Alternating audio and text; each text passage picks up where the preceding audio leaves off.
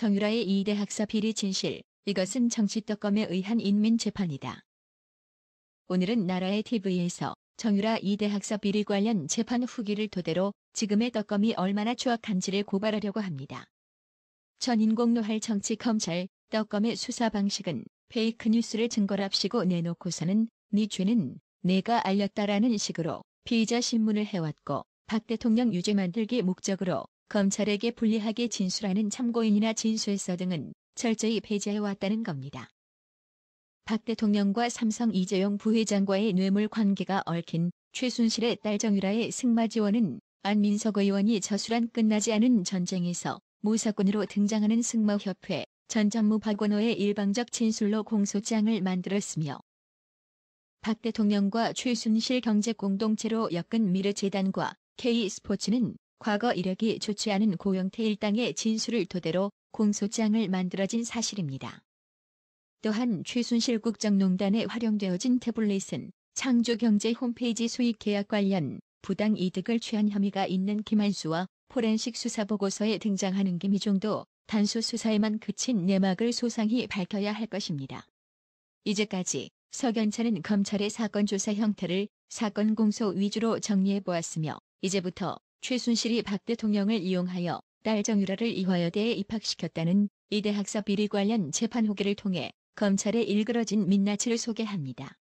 2대 학사 비리 재판을 참관한 작성자에 따르면 1심과 달리 2심에서는 그동안의 쟁점이 뒤집혀졌다고 합니다.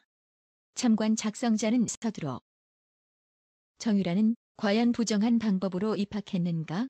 라에 대해서 아니라는 것입니다. 한마디로 정상적인 입학 절차에 의해서 당당히 실력에 의해서 합격했다는 것이다. 재판장과 옆에석 판사의 끈질긴 질문을 하였고 1차 서류 심사, 2차 면접고사에서 시험 시스템 체계상 전혀 부정의 소지가 개입할 여지가 없다는 결론에 이르자 재판장 및 보좌 판사가 고개를 끄덕이면서 남궁권 피고인에게 성실히 답변해 주었다는 긍정적인 반응을 보일 정도였습니다. 2대 입학 규정은 1차 서류 심사에서 승마 6명, 특기생 선발의 3.5배인 21명을 뽑고 21명을 대상으로 면접시험을 보아서 최종적으로 6명을 합격시키는데 정유라는 1차에서 8등 했고 2차 시험 결과 종합점수로 6등을 해서 합격이 된 것입니다. 6명 뽑는데 왜 1차에서 21명씩이나 합격시키느냐에 대해서는 체육특기생은 서류 심사도 중요하지만 체육적인 과거의 실적과 앞으로의 장래성 등을 폭넓게 보아야 하기 때문에 최소한 3.5배를 1차로 뽑는 것이다. 이것은 다시 말하면 1차 21등짜리가 2차 면접에서 1등으로 될 수도 있고 1차 1등이 2차에서 21등으로 밀려날 수도 있으며 1차 1등에서 6등 전부가 7등 이하 불합격으로 밀려날 수 있다는 선발 기술인 것이다. 따라서 정유라가 2차에서 아세안 게임에서 지원생 중에서 유일하게 금메달을 땄기 때문에 6등으로 합격된 것은 문제될 것이 없다.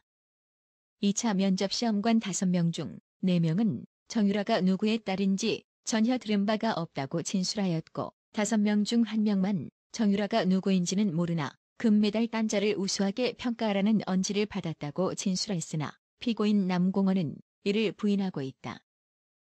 그래서 그 1명의 점수를 빼고 4명의 점수로 평가해보아도 정유라는 6등 합격에 해당되었다고 한다.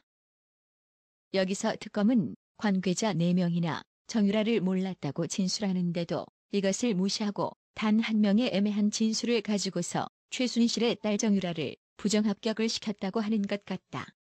2차 면접시험에서 5명 선발에 있어서 입학처장 남씨가 임의로 선택 선발할 수 있습니까?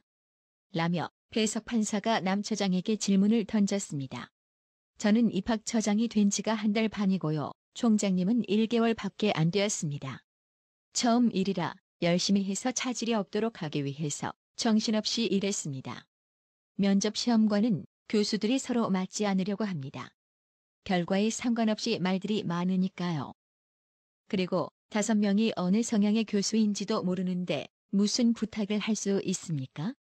그리고 또한 저는 최소원은 전혀 모르는 사람이고 아무런 연관이 없는데 이곳 말이 많은 이화대학에서 제가 최 씨를 위해서 불구덩 속으로 뛰어들 이유가 전혀 없는 것입니다. 남 처장의 답변이 끝나자 이번에는 판사가 질문을 했습니다. 2차 면접 평가 점수 관리는 어떻게 합니까? 평가서를 입학처장이 접근해서 변조할 가능성은 있습니까? 라는 재판장의 질문에 그건 불가능합니다. 5명의 면접관은 똑같은 성적표를 각자 2부씩 작성하고 5부씩 둘로 나누어서 따로 봉투에 넣어 하나의 봉투는 봉인하여 관리처장 캐비넷에 넣어서 열쇠를 채우고 다른 한 봉투는 정상평가위원회에 보내어서 면접시험에서 문제점이 있는가를 평가한 후 입학처에 보내오면 관리처에 복원된 평가서와 비교하여 점수가 상호 틀린 점이 있는가를 비교한 후 이상이 없으면 그제서야 계산기로 21명의 점수를 각각 합산해서 6등까지를 합격 후 발표합니다. 따라서 입학처장은 구조적으로 처음부터 어느 교수가 누구에게 어떤 점수를 주었는지를 모릅니다. 합산 후 6등까지가 결정되어 개봉될 때까지는 깜깜이입니다.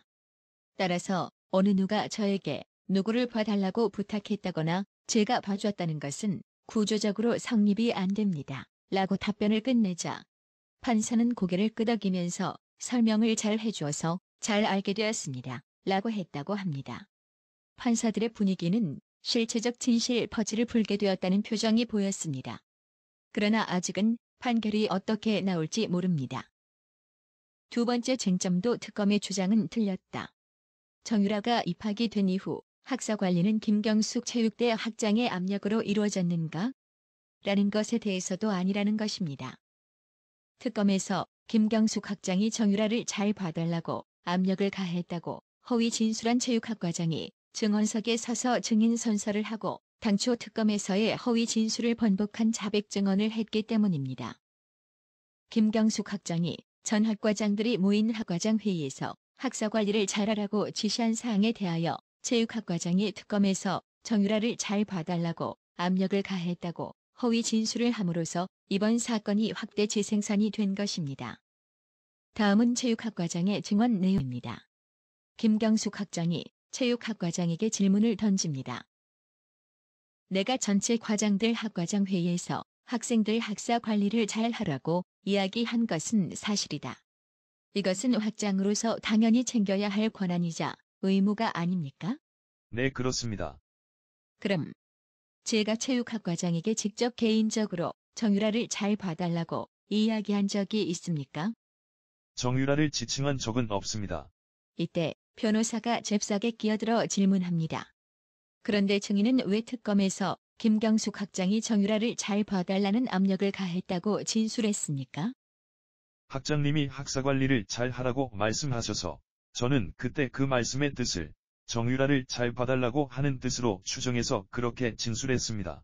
여기에서 바로 특검이 잘도 써먹는 묵시적 청탁, 묵시적 압력이 등장한다. 이때 법정 분위기가 슬렁인다. 방청객들 한숨과 함께 이 죽일 놈 어처구니 없다는 분위기다. 재판장과 판사들도 자세를 고쳐 앉으면서 증인 체육학과장을 어처구니 없다는 식으로 내려다본다. 요놈이 바로 문제아로구나 하는 경멸적인 눈초리다. 이때 증인인 체육과장이 재판장님 제가 할 말이 있습니다라고 하자 재판장은 말해보라는 식으로 고개를 끄덕였습니다.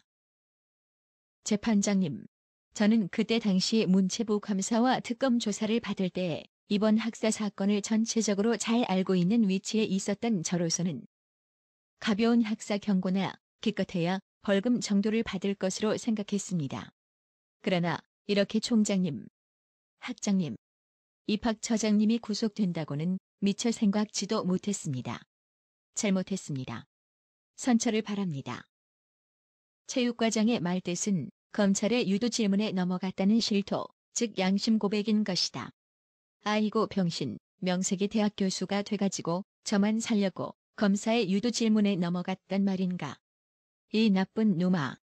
라는 변호사와 방청객 분위기가 형성되고 있었고 모처럼 판사와 변호사가 마주보고 고개를 끄덕이는 모습을 보면서 분위기가 무주로 갈 것 같다는 느낌이 들었습니다.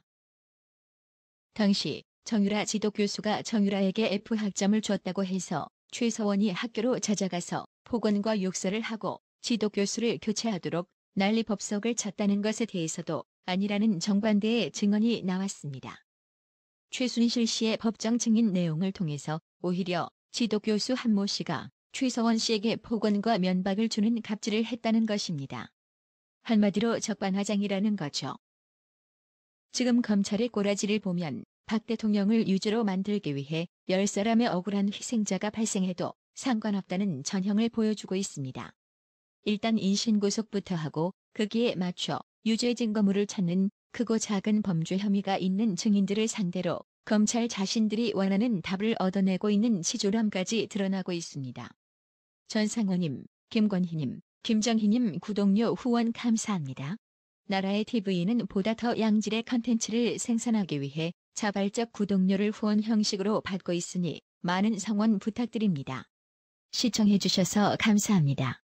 구독은 꼭 눌러주세요.